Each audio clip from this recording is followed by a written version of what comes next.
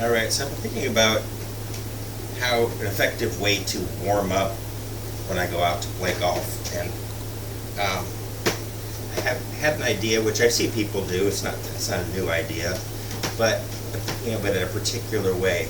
So I think really when you go to play golf, if you ask Tiger Woods or whatever, he says he plays by feel, right?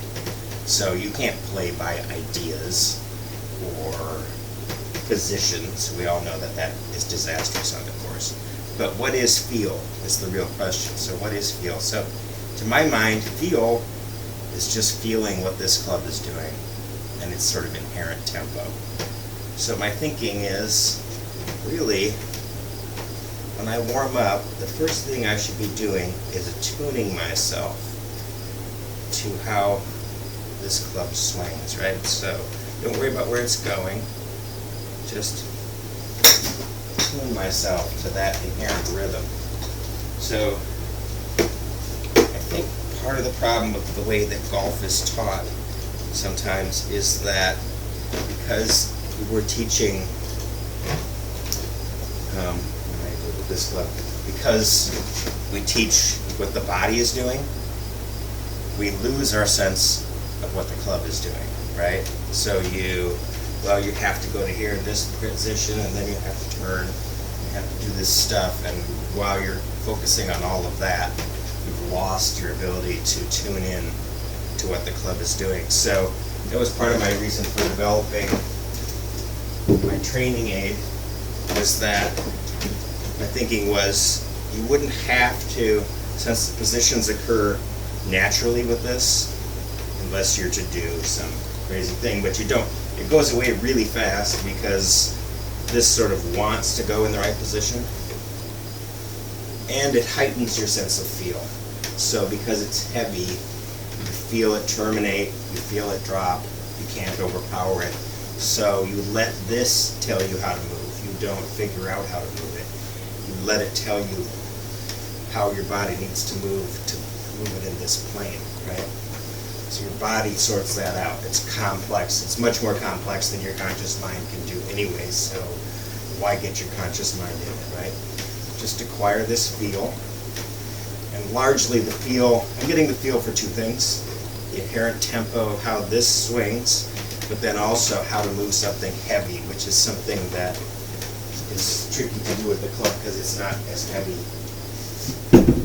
as would naturally inspire people to move in a good athletic way. So now I've got that feel, and that's all you really need, right? Get a good feel the timing of it. Well, that's not all you need. You need that, and then you need to know how to set up for you. So I'm going to get my feel. I'm just going to pass my feel through the ball. Okay, there's nothing wrong with that swing, but it was left. So then your question becomes, okay, I've got a fine swing, didn't get in the way of it, but now how do I figure out how to aim it? So my problem has been a little bit, I'm better indoors, and I think I figured out the reason why, or maybe one reason, is that indoors I have built this structure that has a lot of square lines, and I know how to aim without having to think about it too much. You go outside, of course there's no square lines anymore, so I don't have all this extra support. So what I'm going to work on is, I'm thinking, you see people do this with putting a lot. You'll set the putter down, right? And you'll line that up like, okay, that's aligned to my target. Then you put yourself into a position where you feel like everything aligns with that. So you set that first, and then you set your body where you feel like your plane is going to come in right square to that. Your hand feels neutral to that, and then I'm going to hit from there. It's not bad, it's a little bit thin, but pretty straight, yeah, like a foot off the center line. So that's your two elements, really, right? A nice fluid swing. Figure out where to stand. That's it. And then how hard you hit it, all these things. And then the other million things. But, yeah, those two things. So then, that's what you need to work on. Get a nice feel for the timing of the club, get a feel for a more athletic, body-driven motion, and then figure out exactly where to put yourself to make that go where you want to go.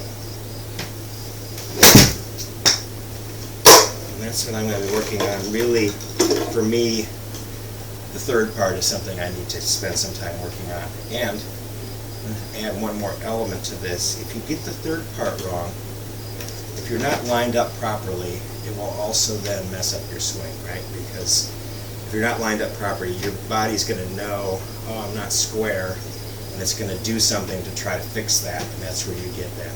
Why was my practice swing fine, and now my actual swing terrible? It's because your practice swing didn't have to hit anything in a certain direction, and now your real swing does. And if you set up wrong, then your real swing is going to do some funny thing to get it to try to go where it wants to go. So, try that out.